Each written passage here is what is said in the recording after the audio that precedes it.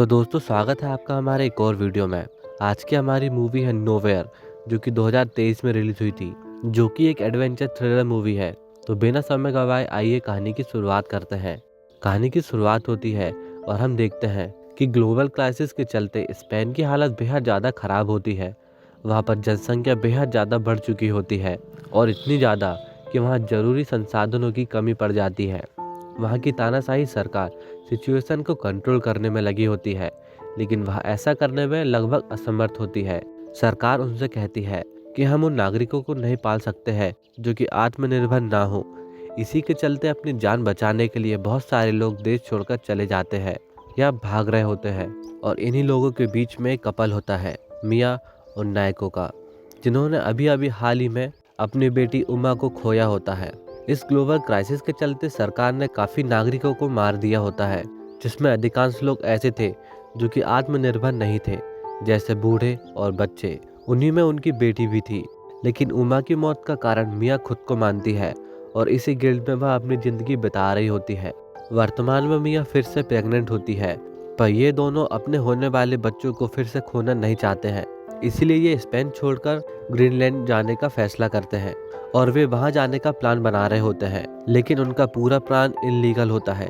वे illegal तरीके से ships के बड़े बड़े कंटेनर में छिपकर कुछ तस्कर पैसे के बदले लोगों को देश के बाहर निकाल रहे होते हैं। और मिया और मार्को बाकी लोगों के साथ इसी तरह मिलिट्री से बचकर बाहर निकलने का प्लान बनाते हैं। और जब लोगों से भरा कंटेनर लोड हो रहा होता है, इसी भगदड़ के बीच निको मिया से अलग होकर एक दूसरे कंटेनर में चला जाता है। मिया निको को फ़ोन मिलाती है। निको उससे कहता है, तुम परेशान मत हो, हम जल्द ही मिलेंगे। जब कंटेनर शिप में लोड होगा तब मैं तुम्हारे पास आ जाऊंगा, तब तक अपना ध्यान रखना। जब मिया के कंटेनर वाला ट्रक जा रहा होता है, तभी एक चेक पोस्ट पर मिलिट्री गार्ड उस ट्रक को रोक लेते हैं और ट्रक ड्राइवर से कंटेनर खोलकर दिखाने को कहते हैं। ऐसी ही सिचुएशन से बचने के लिए कंटेनर को 2 पार्ट्स पर डिवाइड किया गया था, जिसमें लोग आगे की तरफ जाकर छिप जाते हैं, जिससे पीछे से देखने पर ऐसा लगता है मानो कंटेनर पूरी तरीके से खाली हो। मिलिट्री जनरल कंटेनर के अंदर से बाहर की ओर गोली चलाने को कहता है, जिससे उन्हें पता चलता है कि कंटेनर का आधा हिस्सा पैक है। तो वे लोग समझ जाते हैं कि इसके अंदर लोग भरे हुए हैं। वो सभी को वार्निंग देता है कि अगर वे लोग बाहर नहीं आए तो वह सभी को मार देगा। इसलिए सब लोग बाहर आने लगते हैं, पर बाहर आने के बावजूद भी उन सभी को मार दिया जाता है। पर मिया उस कंटेनर पर रखे एक बॉक्स के ऊपर छिपी होती है, जिससे कि उसकी जान बच जाती है। और इसके बाद उस ट्रक को जाने दिया जाता है। पोर्ट में पहुंचकर कंटेनर को शिप पर लोड कर दिया जाता है। मिया निको को कॉल करने की बहुत कोशिश करती है, पर उसका कॉल नहीं लगता है। वह कंटेनर के छेद से देखती है कि उसका शिप ग्रीनलैंड के लिए निकल चुका है, पर अभी भी निको का कोई अता पता नहीं होता है और मिया को इसी बात की चिंता होती है। अब मिया उस कंटेनर में बिल्कुल अकेली होती है। उस रात समंदर पर एक बेहद बड़ा तूफान आया होता है, जिससे कि शिप के काफी सारे कंटेनर समंदर पर गिर गए होते हैं, जिसमें से एक कंटेनर मिया का भी होता है और वह उस कंटेनर से टकराकर बेहोश हो जाती है। इस तरह मिया उस कंटेनर में पूरी तरीके से अकेली होती है। अगली सुबह जब तूफान शांत हो जाता है, तब मिया को होश आता है और वह देखती है कि कंटेनर में कुछ पानी भर गया है। और जब वो छेद से बाहर देखती है तो उसे पता चलता है कि वो बीच समंदर में कहीं पर है। उसे अपने चारों ओर कंटेनर तैरते हुए नजर आते हैं और यह देखकर वह घबरा जाती है। वह फौरन अपना फ़ोन उठाती है, लेकिन उसके फ़ोन की स्क्रीन भी पूरी तरीके से टूट गई होती है। वह काम नहीं कर रही होती है। उसे कुछ समझ नहीं आ रहा होता है कि अब वह क्या करे। वह अपने आसपास बॉक्स को खोलती है, इसी उम्मीद में कि शायद उसके काम की कुछ चीज़ उसे मिल जाए। उन बॉक्स पे टीवी होते हैं, कुछ खाली डिब्बे, ढेर सारी वाइन और हुडीज होती है। मिया अपने काम की चीज़ों को बटोरने लगती है। उस कंटेनर में बने छेद से पानी धीरे धीरे कंटेनर पर भर रहा होता है। मिया उन्हें टेप लगाकर बंद करने की कोशिश करती है। मिया को अपनी पानी से भीगी हुई डायरी मिलती है, जिसमें वो अपनी बेटी उमा की तस्वीर देखकर उसे याद करने लगती है। तभी उसे कुछ लोग के चिल्लाने की आवाज़ सुनाई देती है।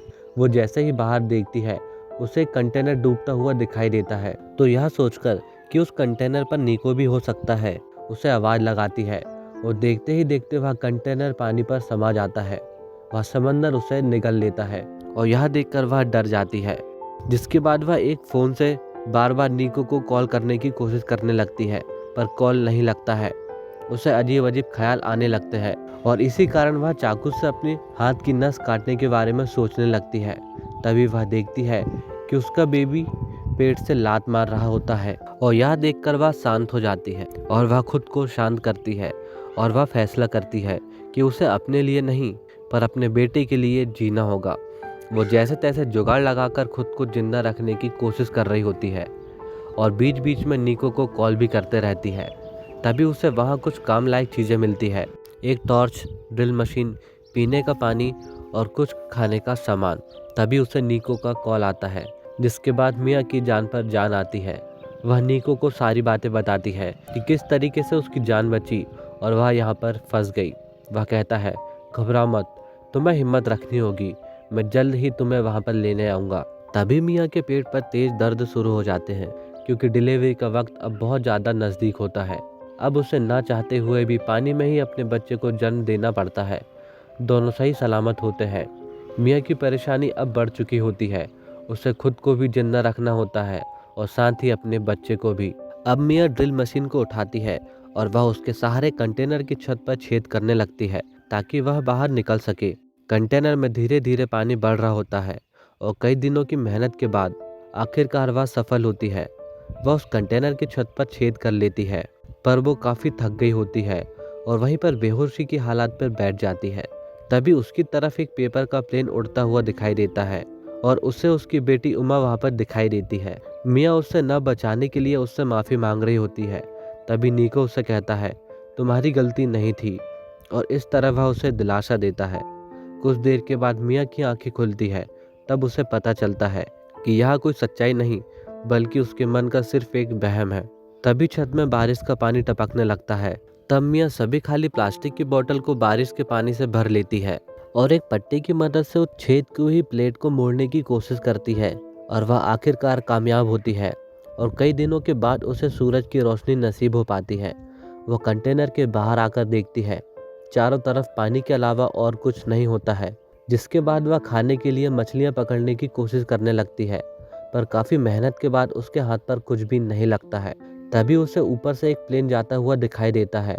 वो एक शीशे की मदद से उसकी तरफ रिफ्लेक्शन करने की कोशिश करती है, पर कोई फ़ायदा नहीं होता है और इसी कोशिश के चलते उसका पैर अलग कट जाता है।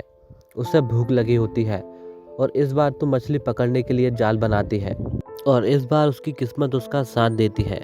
इस बार एक मछली उसके जाल पर फंस जाती है।